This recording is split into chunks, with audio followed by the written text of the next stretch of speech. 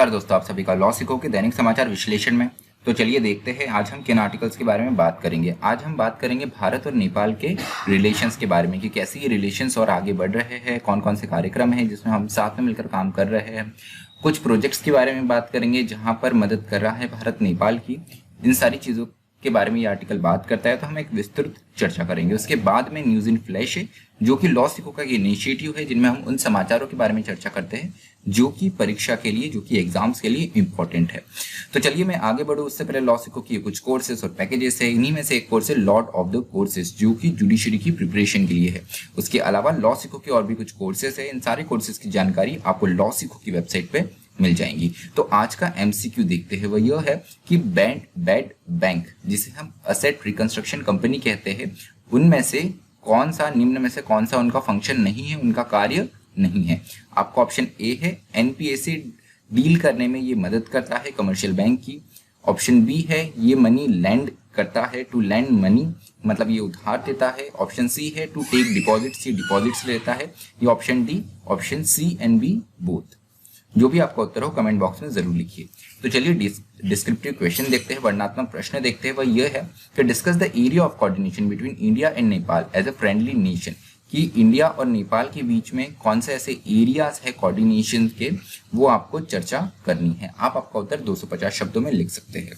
तो चलिए नेपाल और भारत के संबंधों के बारे में बात करते हैं। तो इस समाचार में कैसे आया, 2020 जो ये पूरा साल था, ये कहीं ना कहीं कूटनीतिक रूप से भारत के लिए इतना अच्छा नहीं था, क्योंकि चाइना ने यहाँ पे नेपाल को टारगेट किया था। ये हमारा हमेशा से एक फ्रेंडली नेशन रहा है नेपाल। तो साउथ एशिया में अपनी इन्फ्लुएंस बढ़ाने के लिए नेपाल से दोस्ती यहाँ पर बढ़ाते हुए हमें दिखा है चाइना। उसके साथ में नेपाल और भारत के बीच में भी कुछ संबंध, कुछ गतिविधियां ऐसी हुई थी जो कि बिल्कुल अच्छी नहीं थी। तो हाल ही में नेपाल और भारत के जो फॉरेन मिनिस्टर्स है, इनकी जो India Nepal joint commission meeting होता है, उसका 6th एडिशन हुआ था, 6th मीटिंग थी ये।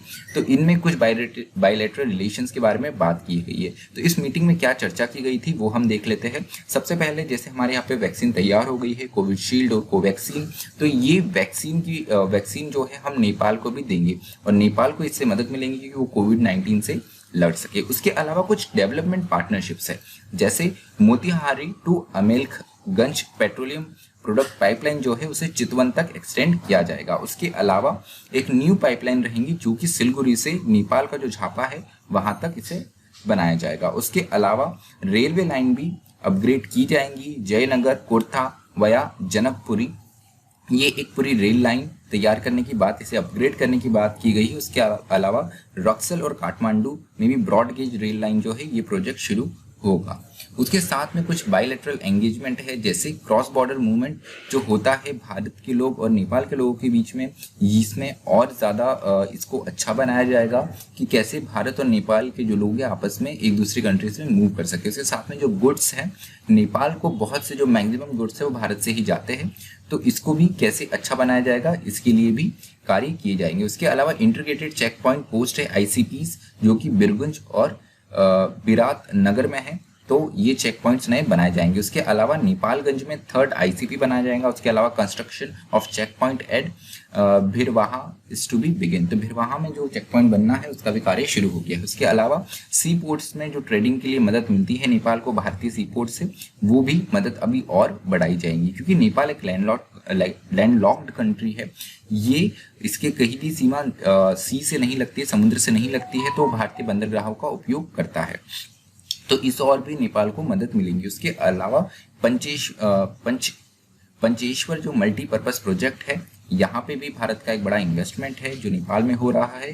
उसके अलावा कुछ कल्चरल हेरिटेज प्रोजेक्ट है नेपाल में जिसे डेवलप किया जाएगा, जैसे पशुपतिनाथ प्रोजेक्ट जो रिवर फ्रंट डेवलपमेंट है, इसे बनाया जाएगा। उसके अलावा बंदर खल गार्डन रिस्टोरेशन पतन दरबार, इसे भी डेवलप किया जाएगा। उसके अलावा नेपाल ने भी भारत की कई बार मदद की है यूएनएससी में परमानेंट मेंबरशिप के लिए की बात क्यों ना हो, यहाँ पर नेपाल ने बड़े स्ट्रांगली इंडिया का सपोर्ट किया है।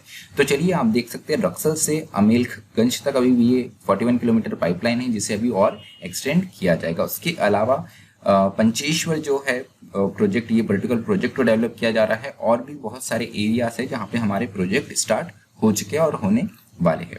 तो चलिए आज का न्यूज इन फ्लैश देखते हैं। वो यह है कि डॉक्टर वी शांता, इनका देहांत हो गया है 93 की एज में। तो कैंसर रिसर्च और कैंसर केयर जो है उसे कैसे अफोर्डेबल बनाया जाएगा उसके लिए उन्होंने बहुत ज़्यादा काम किया है।